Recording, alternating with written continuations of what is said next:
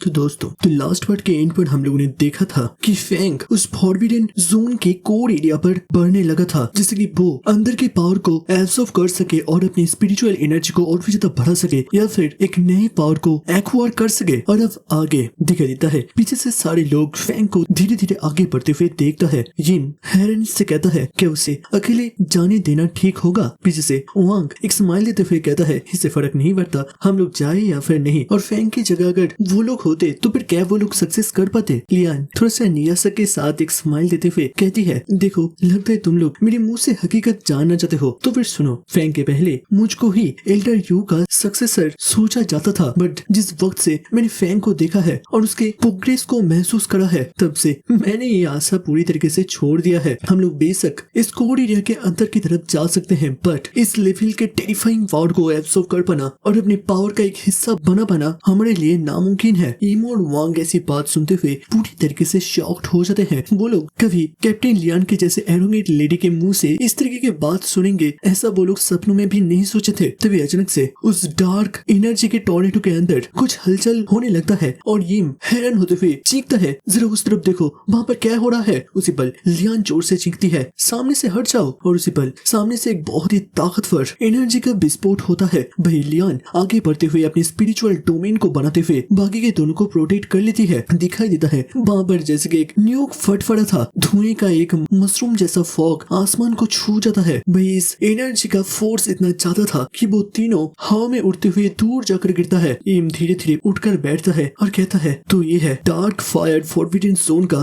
असली रूप। लियान भी कहती है हाँ बिल्कुल, आसमान के ऊपर से सैटेलाइट से भी हम लोग इसी रूप को देखे थे जिसकी जमीन से गॉड आसमान को देख रहा है। तभी दिखाई देता है एक काली सी पिलर के ऊपर जैसे कि एक आंख बना हुआ था, जिसमें कि वो पिलर डार्क एनर्जी से बना हुआ था और वो आंख यांग एट्रीब्यूट से। सारे लोग उठकर खड़े होते हैं और इस फिनोमिना को गौर से देखने लगते हैं। उसी पल लियान हैरानी से कहते हैं जरा आंख के कोड की तरफ देखो, क्या वो फैंग नहीं है। दिखाई देता है उस बड़ी से पिलर के बिल्कुल बीचों बीच हमारा फैंग हवा में उड़ रहा था। वो धीरे धीरे वहाँ से यंग एट्रीब्यूट और डार्क एट्रीब्यूट को अपने शरीर के अंदर एब्सॉर्ब करता जा रहा था। सेंसिटिव होता है फैंग के पास, वो अपने हाथ पर एक डार्क एनर्जी से गोला को धीरे धीरे कंसंट्रेट करता है और इसी के साथ साथ वो मनी मन कहता है जरा देखो इन दोनों एनर्जी को एक साथ एब्सॉर्ब करते हुए मेरे को लग रहा है ये दोनों बिल्कुल ही विपरीत शक्ति आपस में मिलते हुए एक नई ताकत का जन्म देने जा रहा है। वही एक साइन को दिखाया जाता है। ये वाला साइन चाइनीज में बहुत ज्यादा कॉमन है, मैं भूल चुका हूँ, आप लोग कमेंट में लिख सकते हैं। वही सिस्टम से नोटिफिकेशन आता है कि डिटेक्ट करा गया है दोनों एट्रीब्यूट अब धीरे धीरे शरीर के अंदर मिलता जा रहा है और यूजर के शरीर के अंदर एक नई तरीके के एट्रीब्यूट को डिटेक्ट करा गया है। दिखाई देता है फैंग के शरीर के अंदर के हर एक रोगों के अंदर भी जैसे कि वो डार्क एट्रीब्यूट और वो यंग एट्रीब्यूट फैलता जा रहा था, जो कि उसके पूरे शरीर को जिसके एक नए रूप में ढल रहा था। तो फिर एक पिंक कलर के सिस्टम पैनल में एक नोटिफिकेशन चमकता है जहाँ पर बताया गया था इस नए एट्रीब्यूट का नाम है टार्बिड यांग। फैंग अपने हाथ के मुट्ठी को खुलता है और उसके हाथ के अंदर जो डार्क एट्रीब्यूट का गोला था उससे अब यंग एट्रीब्यूट की फायर एनर्जी रिलीज होने लगा था और वो डार्क गोला भी पर्पल एनर्जी से चमक रहा था। वो धीरे धीरे अपने इस हाथ के गोले को अपने सिर के अंदर एब्सॉर्ब करने लगता है और तभी एक नोटिफिकेशन आता है जहाँ पर बताया गया था आपने एक नए स्किल को एक्वायर करा है जिसका नाम है स्पिरिचुअल टार्बिड आई टेक्निक। धीरे धीरे हीरो के सिर के ऊपर एक तीसरा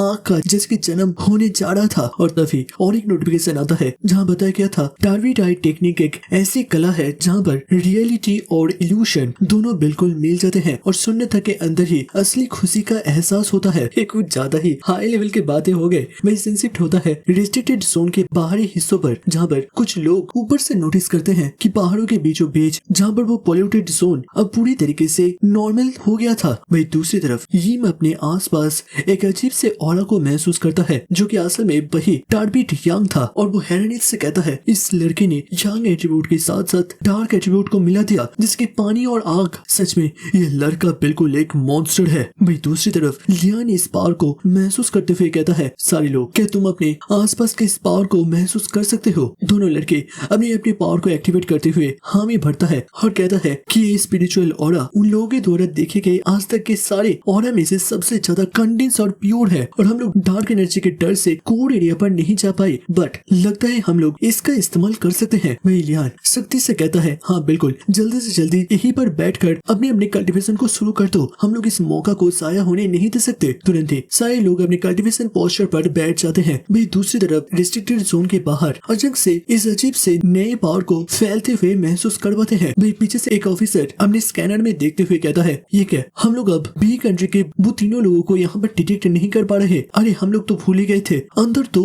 ड्रैगन स्लेयर भी किया था और कैंग सिटी के अंदर उसने जो तबाही मचाई थी उसे देखकर लग रहा है शायद से बी कंट्री के उन पायनियर्स का भी काम तमाम हो गया होगा। भाई सामने से वो लड़का काफी ज्यादा एक्साइटेड होते हुए कहता है, अगर ड्रैगन स्लेयर ने ऐसा किया है तो फिर सही में बहुत बढ़िया, ये बी कंट्री के लोग यही डिजर्व करते हैं। भाई वो लोग तुरंत ही अपने अपने व्हीकल्स की तरफ दौड़ते हुए कहता है, हमें जल्द से जल्द हेडक्वार्टर पर पहुंचना पड़ेगा और बी कंट्री के इन करतूतों के बारे में उन्हें बताना पड़ेगा, नहीं तो हमारे दोनों देश के अंदर डिप्लोमेटिक रिलेशन काफी ज्यादा बिगड़ सकता है। यहाँ तक कि ये बी कंट्री वाले हमारे विरुद्ध युद्ध का भी ऐलान कर सकते हैं और इस वक्त हमारे लिए ये इन्फॉर्मेशन बिल्कुल एक सील की तरह काम करेगा। भाई सीन शिफ्ट होता है बी कंट्री के मिलिट्री हेडक्वार्टर पर, जहाँ पर एक ब्लॉन्डी लॉन्ग हेयर वाला आदमी काफी ज्यादा गुस्से में अपने हाथ को टेबल में पटकता है और कहता है, यहाँ पर चल रहा है, हम लोगों ने वहाँ पर हमारे सबसे ताकतवर पार्टनर्स को भेजे थे, बट वो लोग इस तरीके से कैसे गायब हो सकते हैं। तुम तो मिशन की शुरुआत में मुझे काफी गारंटी दे रहे थे कि मिशन किसी भी हालत में तुम लोग कंप्लीट करोगे, तो फिर क्या वो लोग हमको धोखा देकर भाग गए। तभी सामने से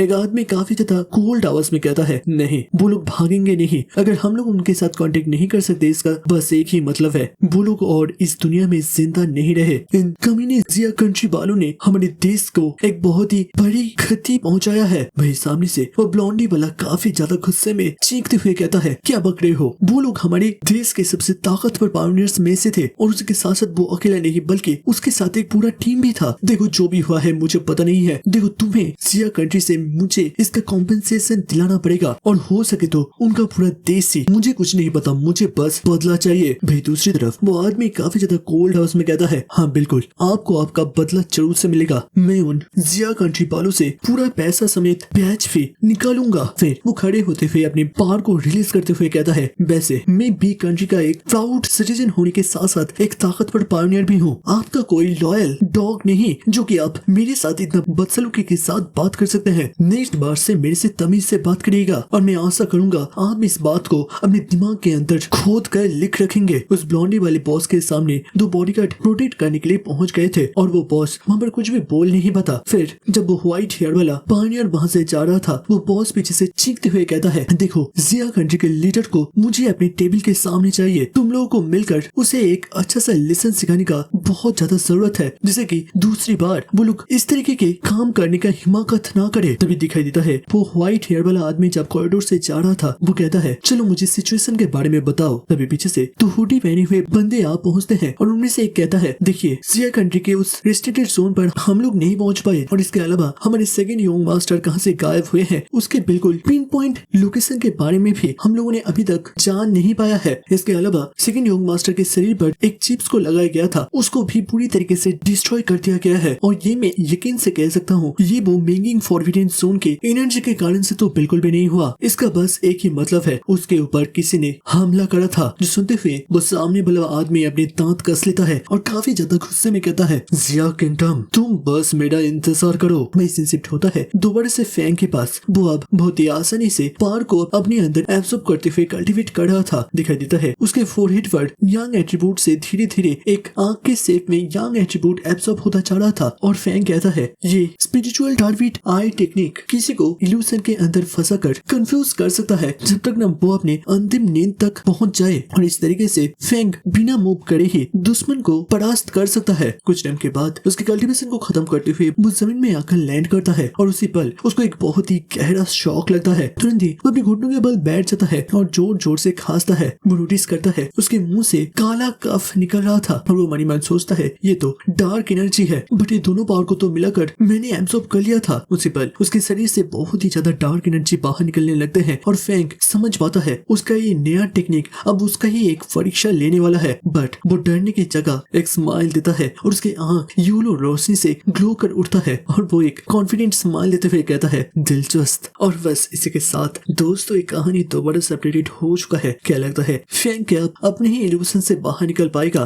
बी कंट्री का ये व्हाइट हेयर वाला आदमी असल में किस तरीके से अपने बदले का शुरुआत करेगा? नेक्स्ट पार्ट देखना काफी ज्यादा इंटरेस्टिंग होगा। अगर आज का पार्ट आप लोग को अच्छा लगा तो फिर जरूर से लाइक कर हाइप के बटन को प्लीज दबा दीजिए जिससे कि वीडियो का रीच थोड़ा सा बढ़ सके। और तो मिलते हैं नेक्स्ट वीडियो के अंदर, तक के लिए देखते रहिए, सुनते रहिए और सुनाते रहिए। बाजी ने टू बॉन्ड जरूर stay happy stay safe, out and good bye.